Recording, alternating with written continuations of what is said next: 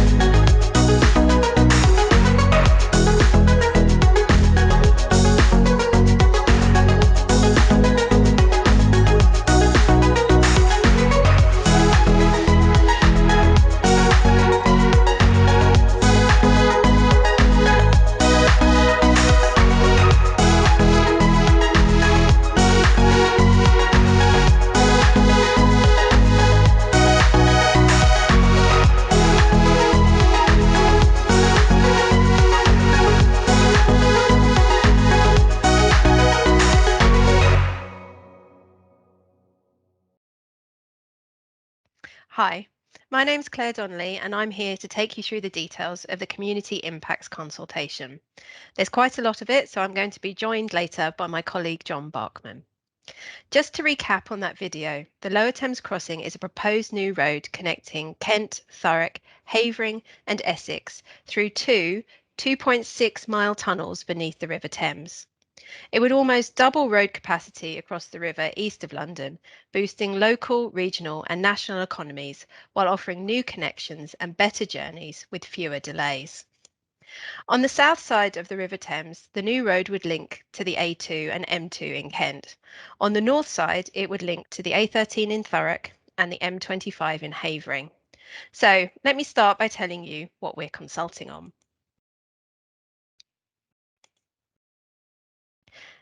To get permission to build and operate the new crossing, we must follow a specific planning process and seek a Development Consent Order, or DCO. In October 2020, we submitted an application for a DCO, but following feedback and discussions with the Planning Inspectorate, we withdrew it to provide more information. We've been working to address the inspector's feedback as part of this process and are holding a further round of public consultation to seek your views on our plans to build and operate the Lower Thames Crossing and how we will mitigate its impact. Changes to the project since the design refinement consultation began in 2020. How responses have been received for each of our previous consultations and how they have informed the development of the project. And it is here that we start our presentation tonight. Consultation and engagement have been critical to helping us design the project and to reduce the impact and to maximise its benefits. We have carried out a record-breaking programme of consultation, engagement and design development.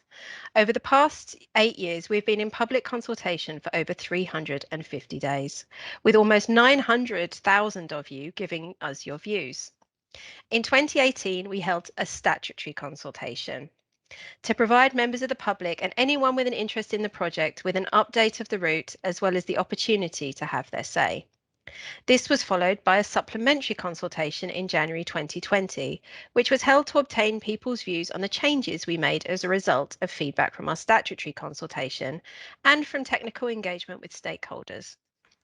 A further consultation, our design refinement consultation, was held in the summer of 2020. We've also carried out environmental surveys, traffic modelling, and detailed design work such as identifying diversions to utilities. These are just a handful of the changes we have made following your feedback. To improve your journey, we have redesigned the Gravesend East junction to include a direct link between Gravesend East and the M2 eastbound. We've removed the A226 junction to prevent a potential rat run on local roads and reduce associated air quality and noise impacts around Higham. To reduce the impact on local communities, we have moved the southern tunnel entrance by 950 metres south, effectively extending the tunnel, and this maintains the connection between Chalk and its church. It will also reduce noise impacts on the local community, as well as mitigating environmental impacts on the Thames estuary and nearby wetlands. We've lowered the height of the road in some locations by as much to 5 to 6 metres, which is 15 to 18 feet. And now 80% of the whole route is now in either tunnel, a cutting, or behind an embankment. We have also added noise barriers and earthworks to reduce noise. The look and the material of those noise barriers will be developed by our contractors in the detailed design stage, but you can see their proposed heights and locations in the consultation material. To reduce the impact on the environment, we've increased the number of trees we are planting and are now planning 260 hectares of new woodland, which is 200% more than that which will be affected. We have increased the number of green bridges and widened some of them to keep the community connected and to provide safe routes for wildlife across the route and between habitats. We've increased the number of new or upgraded walking paths, cycle paths and bridleways to 46 kilometres. That's 2 kilometres of paths for every 1 kilometre of new road. And we are creating 2 new landscape parks, one of which is Chalk Park, which will be to the east of Gravesend, overlooking the Thames. More of that shortly. The "You Said We Did" document in the consultation is a summary of responses we've received during previous consultations and how these have been used to further refine the project's design. It discusses each consultation in a separate chapter with a breakdown of the feedback we received, our responses to both positive and negative comments, and how we have made changes to our plans. This document, along with all of our consultation materials, is available on the consultation website. I'm now going to hand over to John to discuss recent changes. Hello, my name is John Bachman, and I'm going to talk to you about the recent changes to the project, among other things. Your feedback during our design refinement consultation in the summer of 2020 has helped further shape the development of this project. We've also made some changes to the project as a result of continued engagement with stakeholders, ongoing design work and assessments, and a greater understanding of the technical constraints to the building and operation of the new road. Two important ways in which our plans have developed relate to our proposed order limits and the utility works. The order limits, which was known as the development boundary in previous consultations, are the outermost edges of the Lower Thames Crossing project. They show the extent to which land can be acquired for use for the project and the areas in which the development consents order applies. Since our last consultation, we've reduced the area within the revised order limits from 22.9 kilometers to 22.2 square kilometers. We've also reduced the number of properties within the order limits to 130 from 150. We've been working very hard to reduce the impact on the landscape, local residents, landowners, businesses, while also working with any visual impacts and restrictions associated with the utility networks when the works are complete. Some of the key changes include reducing the impact on ancient woodland and adjacent area of outstanding natural beauty by locating a gas pipeline under Brewers Road and Park Pale rather than along the A2 corridor. Relocating Shornwood's utility switching station from Thong Lane to the A226. This change would reduce the visual impacts by removing the existing overhead power cables. The south of Gravesend, near the A2 cyclopark, an existing electricity cable would be located either under or adjacent to the footpath to reduce the impact on this area. All of these changes listed can be found in Chapter 3 of our operations update. We're committed to providing a positive green legacy. We're therefore proposing two new open site spaces, Tilbury Fields on the north bank of the River Thames and Chalk Park in Kent. Chalk Park is located to the land west of the southern tunnel entrance. This will provide a recreational area for the public and create separation between the southern tunnel entrance and the eastern edge of Gravesend. When complete, Chalk Park would cover 37.5 hectares and would provide views to the Kent area of outstanding natural beauty and the River Thames, with woodland planting to integrate within the existing landscape. For further information on new open spaces, you can view the Guide to Consultation and Operation Update documents on our consultation website. I'm now going to hand over to my colleague Claire to talk about construction. Hi again.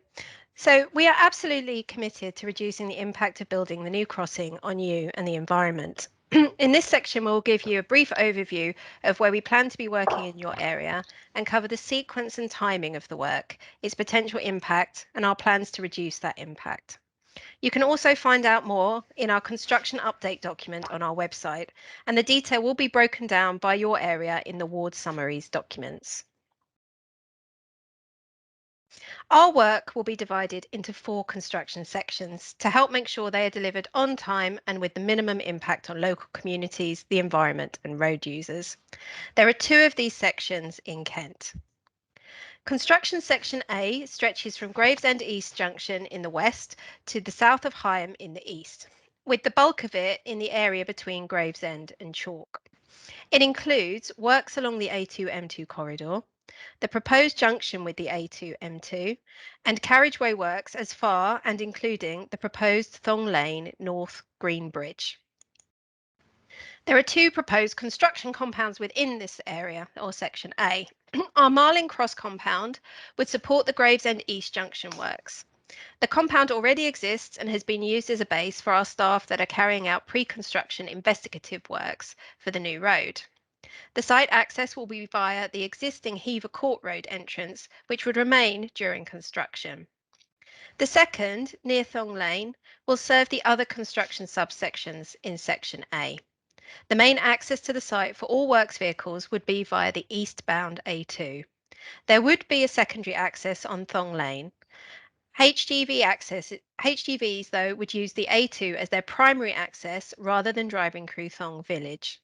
Thong Lane would, however, be available to worker traffic, which would mostly consist of cars and vans.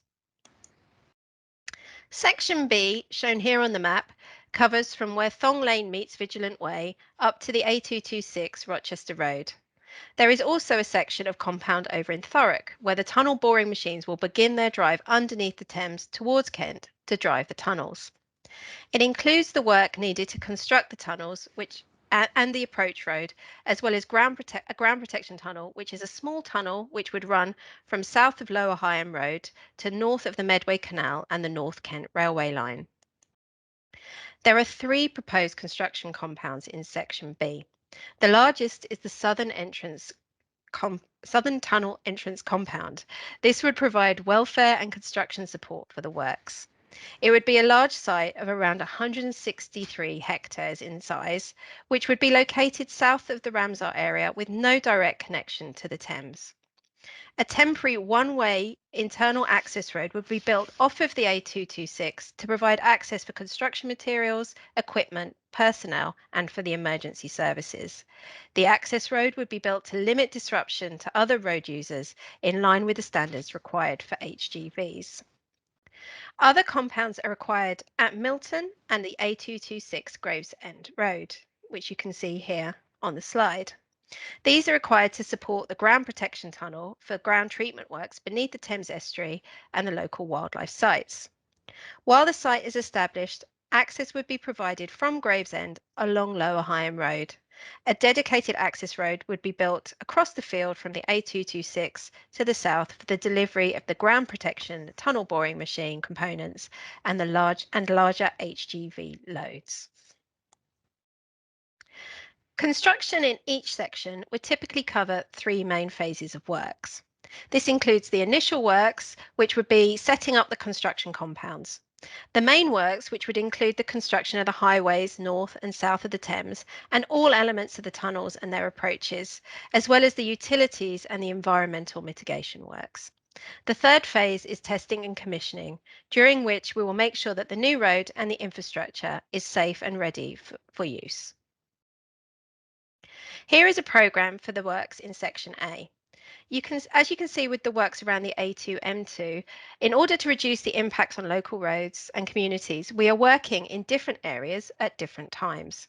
I won't take you through this in detail now, but if you want to find more information, please see Chapter 3 of our construction update. This is the program for Section B, which again shows how we are doing different types of activity at different times in the program. You can find more detail in Chapter 4 of the construction impact for these works. During constructions, we will carry out activities which are typically associated with major infrastructure projects. This includes tunnelling and earthworks, road surfacing and widening, and tie-ins and finishing works. In the image you can see here, we're showing the start of a typical cutting works. These works will inevitably have an impact on the area, but by applying best practice and using technology, we can reduce that impact. Here are some examples of how we might do that.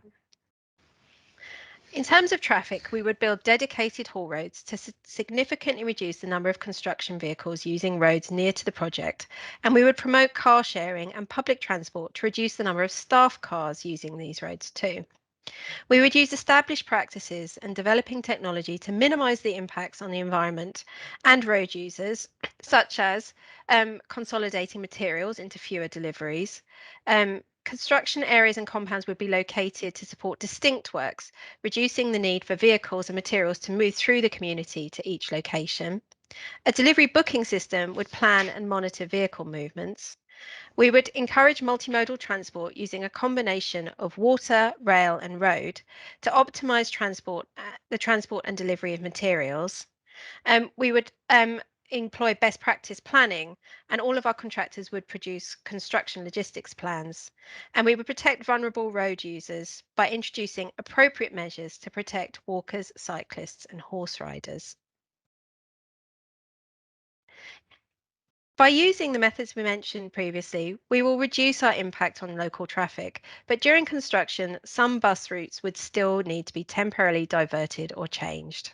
When we carry out work next to sensitive railway lines, there may also be some weekend and night closures that will affect rail services. You can find out detail about what the specific services that will be affected are in our ward's impact summaries. Some public rights-of-way, such as footpaths and bridleways, may also be affected by construction and need to be temporarily diverted or closed. Some public rights-of-way would be closed permanently and replaced with new ones, either during the construction period or once the new road is complete. Please look at our ward summary documents to find out more about the impacts near you. To minimise construction noise and vibration, we are proposing construction compounds as far away from residential areas as possible, and we will build earth walls or bunds around them. We are proposing measures such as closed-board fencing installed around the construction compounds to provide screening, the use of low-noise equipment where practical, and locating noisy activities as far away from noise-sensitive receptors wherever we can. We are also introducing a number of ways to reduce the visual impact of the project on the landscape. Visual impacts will be reduced by carefully considering the location and layout of the compounds. Using screens and temporary fencing, positioning taller facilities as far away as possible from residential properties, and revegetating stockpiles to soften their appearance will all help reduce our visual impact. Along the Lower Thames Crossing, there are a number of existing utilities, some of which are listed here. Our proposals for the utility works have evolved during the project's design and development, and we have been working closely with utility companies to significantly reduce the environmental impacts and shorten the duration of the works required to these utilities. There should be no disruption to the supply of power, water, or any other utilities caused by our construction works. For more information on the planned utility use works, please go to Chapter 2 of the construction update. When we apply to the Planning Inspectorate for permission to build the new road, we will provide a range of documents that set out how we would make sure our contractors effectively manage the impacts of construction on the environment and local communities. These are called control documents, and we are providing drafts of them as part of this consultation. They include the Code of Construction Practice, which provides a framework for how we will manage the construction activity. It becomes a legally binding document that will ensure we deliver the environmental mitigation commitments we have made.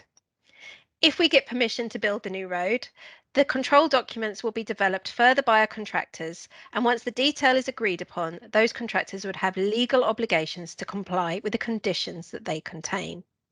Control documents are discussed in more detail in Chapter 1 of the construction update. For further information on construction, please view the construction update document on our consultation website. I'm now going to hand back over to John. Hello again. I'm going to talk to you about the operations. When the Lower Thames Crossing opens for traffic, the direct, reliable connection will bring people closer together to jobs, businesses closer to their customers and suppliers. The new crossing would offer reduced congestion at the Dartford Crossing and approach roads, additional capacity, and more reliable journeys across the River Thames, east of London, and will support economic growth locally, regionally, and nationally. In our operations update, we summarised the impact of the operation of the road on your community and on the local environment. This section presents a number of impacts of the new road and tunnel after their planned opening in 2029. This video gives you an overview of how the new crossing will look like in Kent. It will be called the A122 and will be approximately 23 kilometres long, with 4.25 kilometres of this in the tunnel under the Thames. Specifically relating to Kent, there would be a new junction with the A2 to the east of Gravesend. In line with other A roads, it would not have hard shoulders, but would have a narrower 1 metre wide hard strips along most of it. However, there would be hard shoulders along the modified sections of the M25 and A2. The tunnel would be located along to the east of Chalk on the south side of the river and to the west of East Tilbury on the north side. The majority of the road would be 3 lanes in both directions. It would use technology for incidents detection, lane control, and variable speed limits. It remains our proposal to use a vehicle user charge for the Lower Thames Crossing with a local resident discount scheme for those living in Gravesham.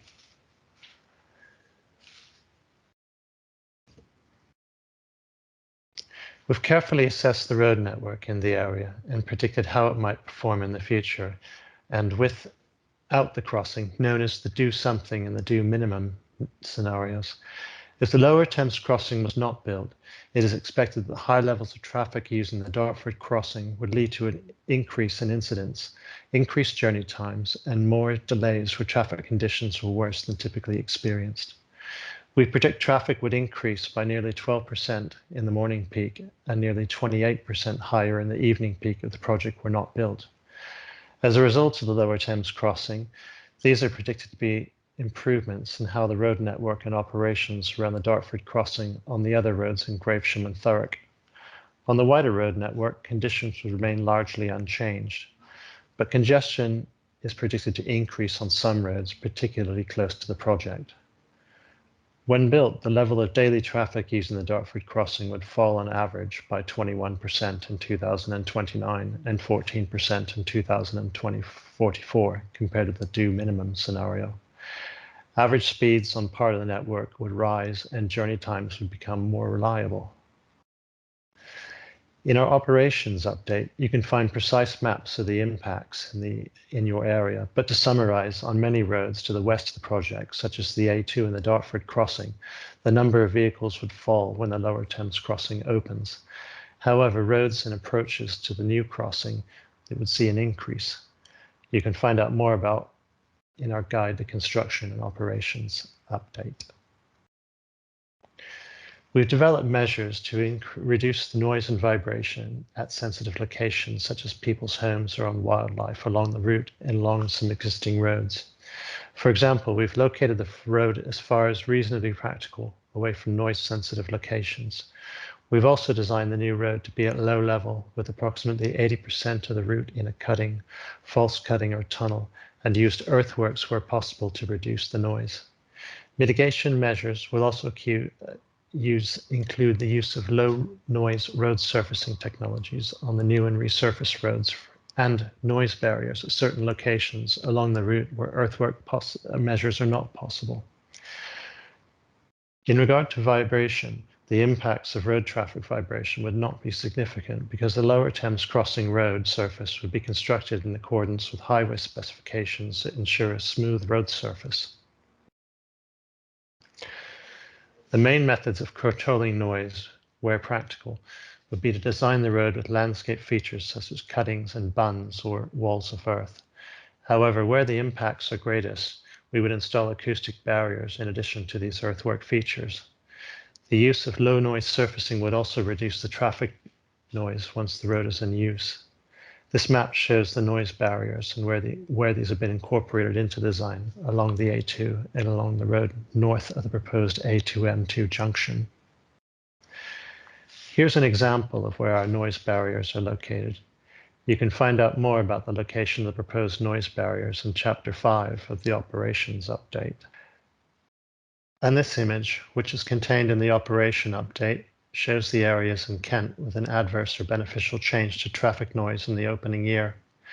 As you can see, there are some areas with a major adverse change of greater than 5 decibels and some with no change and major beneficial changes. To find out more about specific changes to noise in your area, please see our ward impact summaries. We've reduced the visual impact of the road by placing around 80% of the route in a cutting, false cutting, or tunnel, and where possible used earthworks and new planting to conceal the road. As our design has developed, we've taken some distinctive steps to avoid and minimize the effects on local communities and the environment where possible.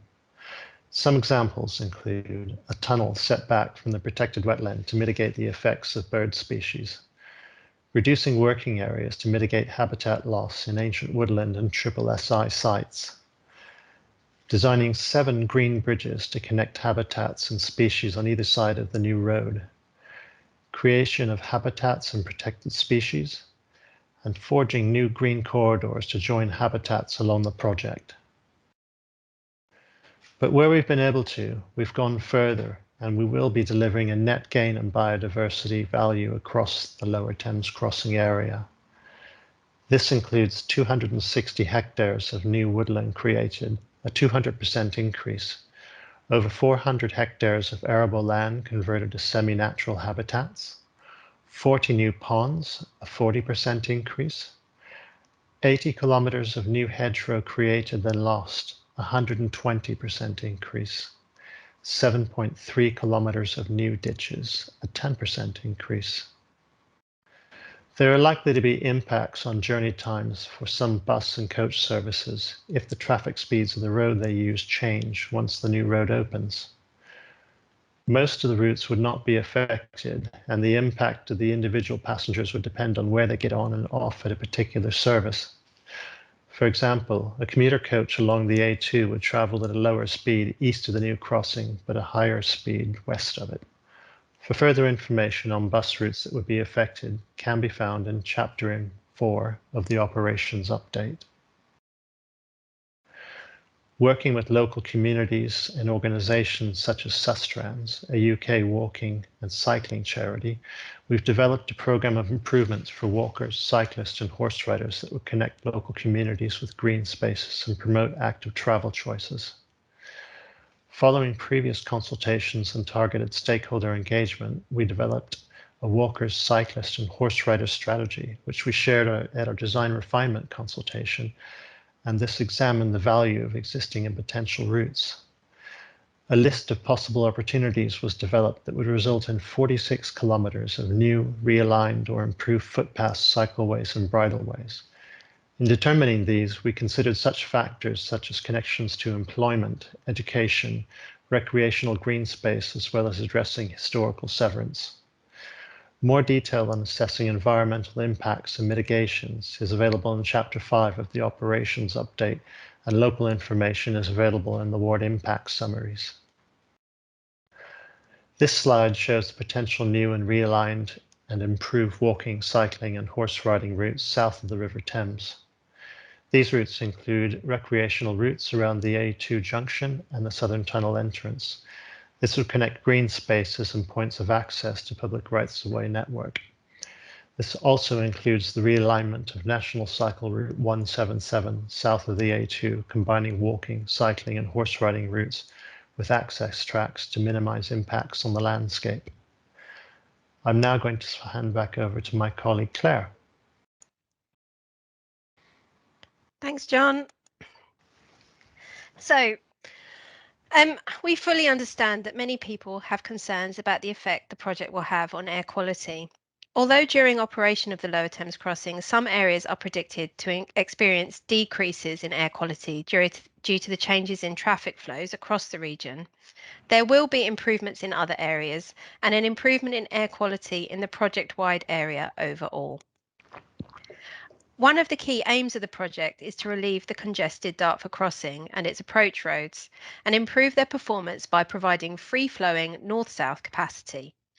The Lower Thames Crossing would take over 13 million vehicles off the Dartford Crossing, which means there would be less congestion and air quality would improve here. Our air quality monitoring has found that the Dartford Crossing is currently exceeding air quality standards due to vehicle emissions. When the Lower Thames Crossing is open, air quality at Dartford would improve and the areas around the Dartford Crossing would no longer exceed those air quality standards. There are expected to be reductions in vehicle emissions over this period, for example, due to the uptake of electrical and alternatively fueled vehicles, in part driven by the banning of sales of diesel and petrol cars from 2030. At opening year, based on the model we used in our first DCO application in 2020, our assessments showed that there would be localised increases in certain roads, such as the M2 Junction 1 or 1 to 2, causing air quality to get worse and exceed the national air quality objective for nitrogen dioxide. In total, 24 receptors are expected to experience a change in air quality in those areas where concentrations of pollution are forecast to exceed the air quality objective set by the government. But of these 24 receptors, 15 are predicted to experience an improvement in air quality. The remaining 9 are predicted to experience poorer air quality once the route is open.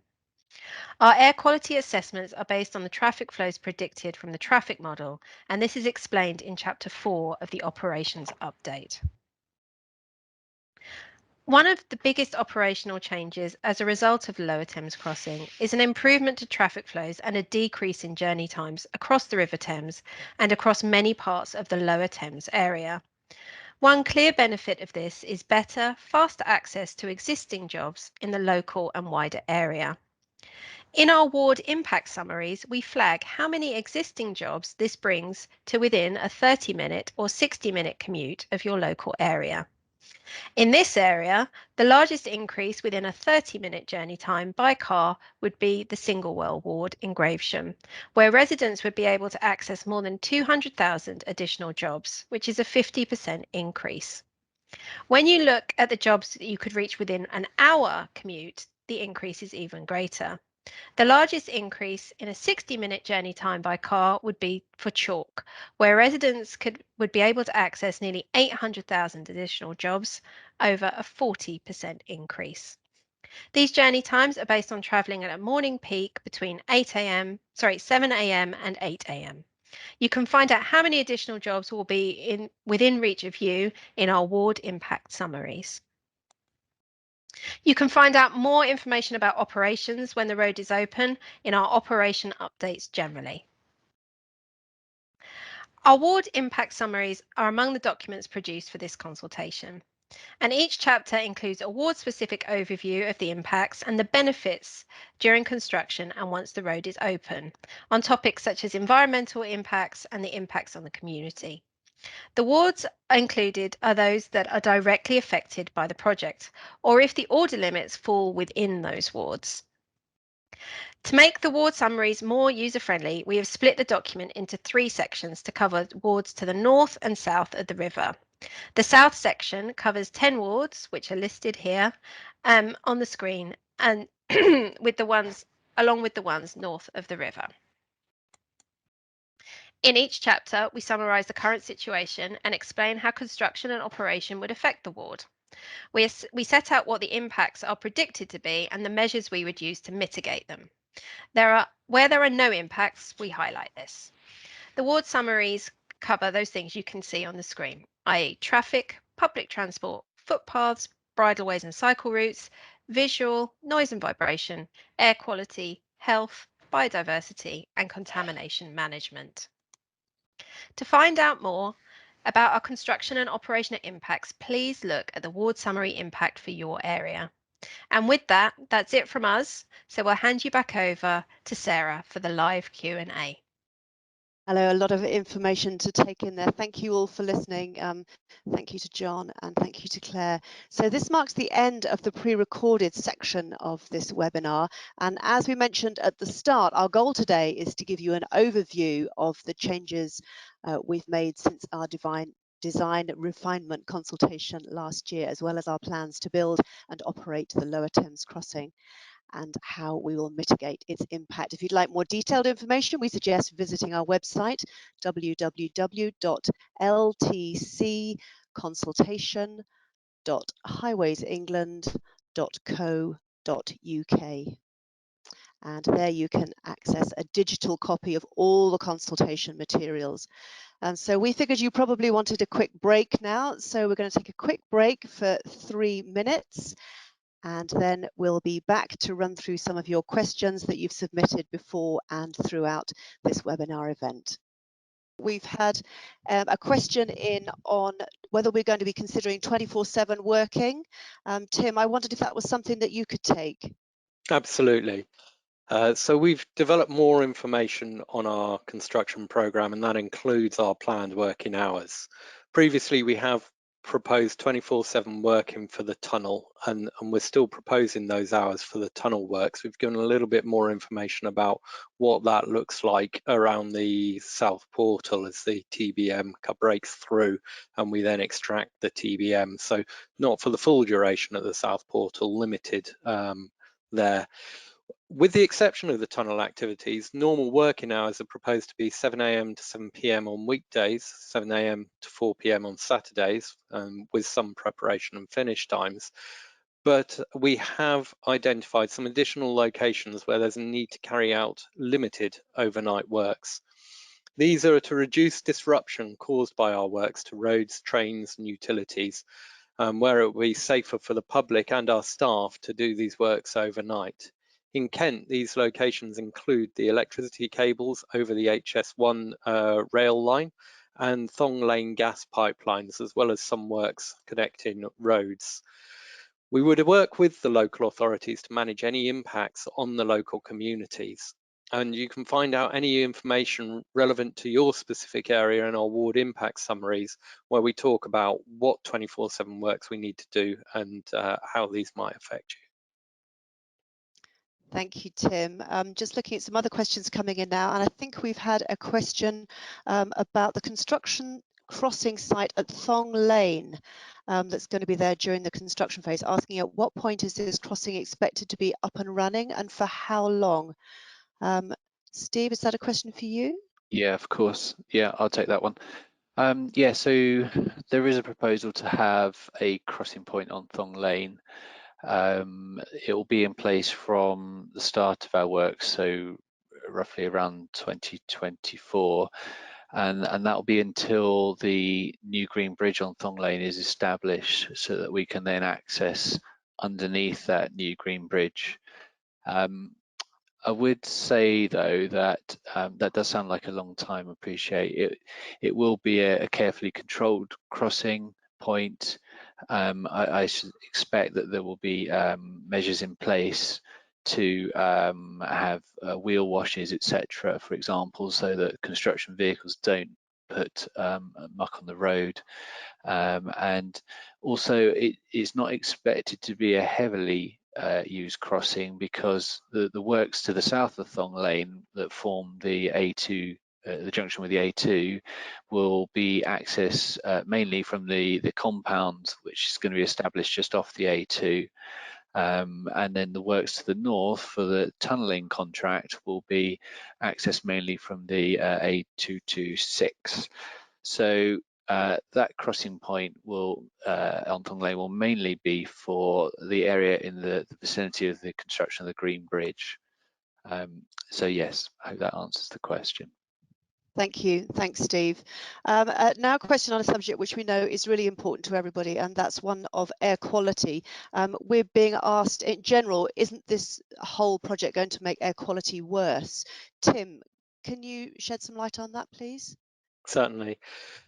Air quality and the health of residents is one of our primary concerns, and when LTC is open to traffic, air quality across the region is predicted to improve, particularly where we reduce traffic levels as they pass through Dartford Crossing. There'll be some significant benefits there. And as well on the A2 west of the junction with the LTC.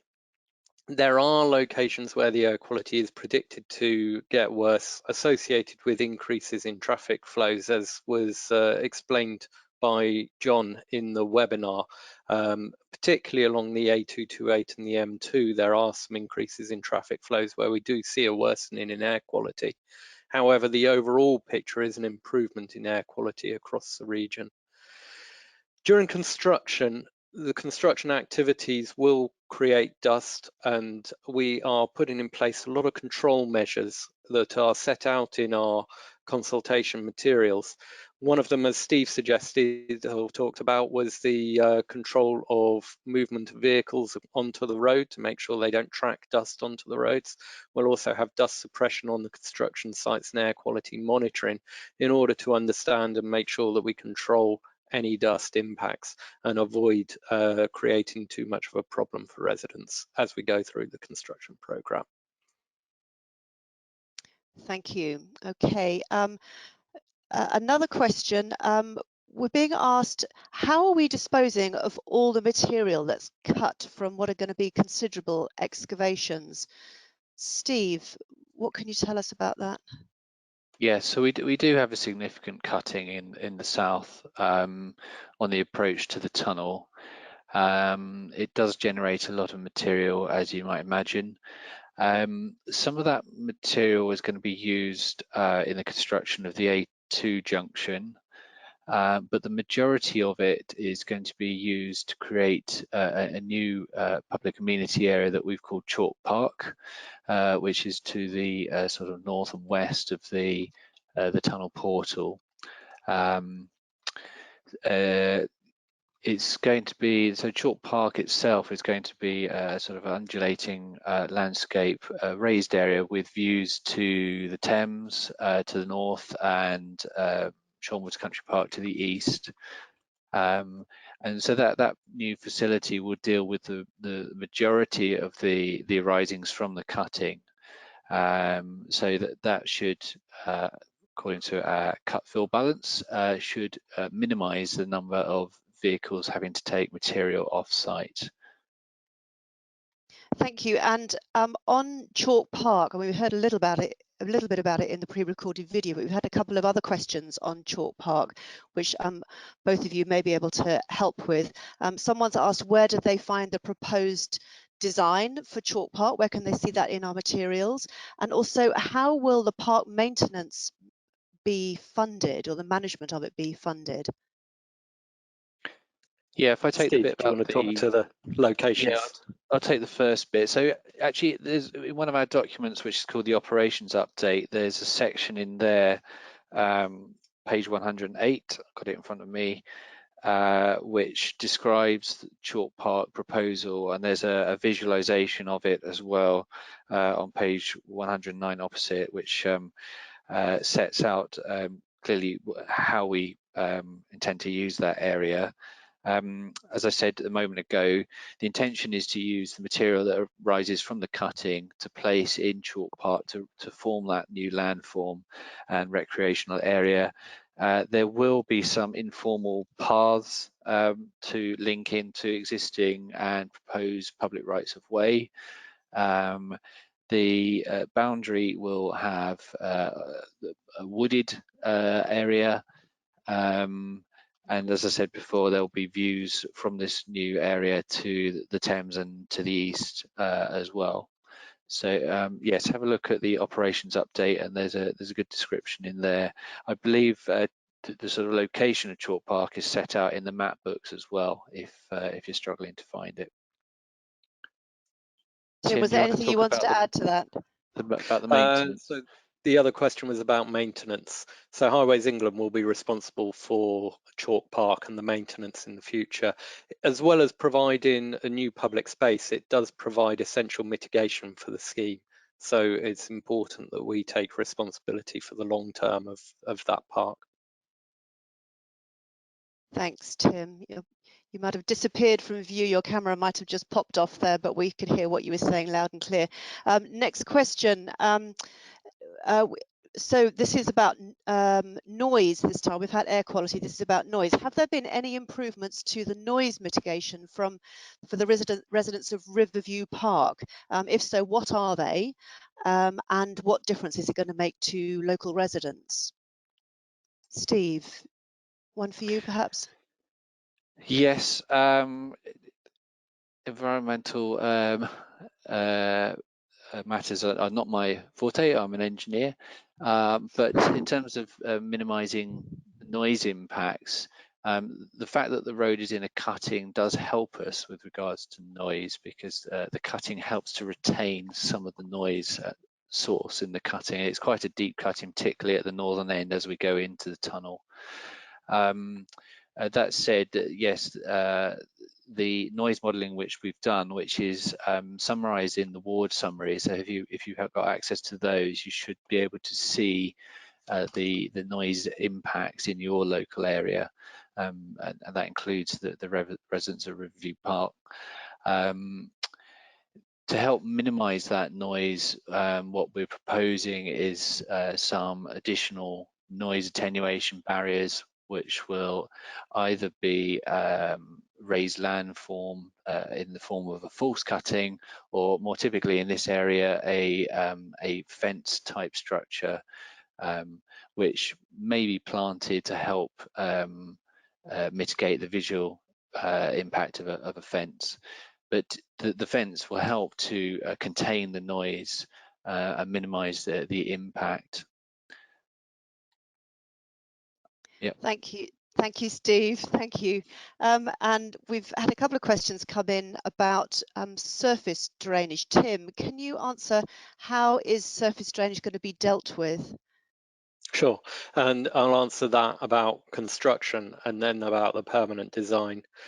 But overall, we try to build into our plans sustainable drainage, thinking about how that water can be managed and control the impact that has on the environment. During construction, that means that our work sites and everywhere we work will be designing the drainage in order to manage any flows and control any flows off site to make sure that they're contained and discharged in an appropriate way. In particular, during our tunnel construction works at the South Portal, there'll be a substantial amount of water that we'll need to manage, and so we'll be putting in place a sequence of drainage ponds that allow us to settle out and manage the quality of that water prior to taking it out through a discharge into a drainage area from where it'll flow into the River Thames. In order to do that, we have to get consent from the Environment Agency, and we're talking with the Environment Agency now, and we'll continue to do so as we move towards construction to make sure that the impact to the environment associated with that is acceptable.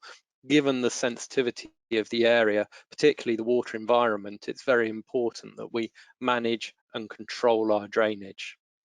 Then when we get into the operation of the scheme, again, we implement sustainable drainage. Part of that will be linked into the existing drainage network for the road and the highways. Part of it will be newly constructed for the new areas of the scheme.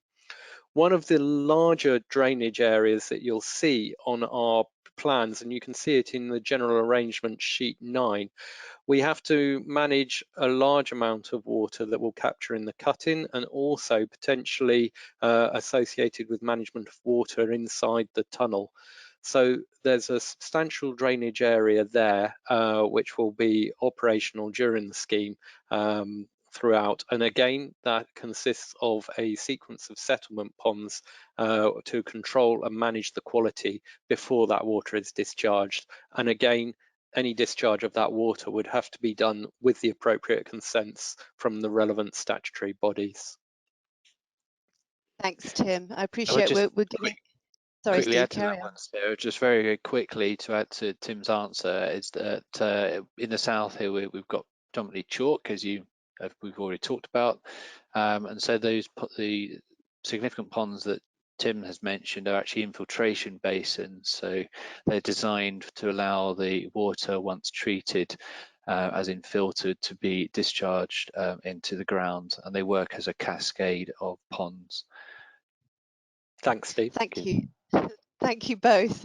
I know we're giving everybody a lot of information this evening, and we have had a question asking if the slides and this presentation is going to be recorded. Yes, it is. It's going to be available on our YouTube channel for everybody to watch, so you can take in some of the detail second time round. And remember, of course, we are running another webinar covering the Kent area in just a few weeks' time, so don't worry if you haven't quite caught everything this evening. You'll have another opportunity to revisit that or to join us again in a few weeks' time. So I think we've got time for a couple more questions now. We've got a question about the local residents discount scheme and how much it might cost to cross the tunnel for Gravesham residents. I was going to pick that one up, Sarah. Yeah, okay. Go ahead, Tim. Yes, so there will be a local residents discount scheme. Charging is a matter for the Secretary of State, but current proposals are that the charge will be the same as the DART charge, and that there'll be a local residents discount scheme for Gravesham residents.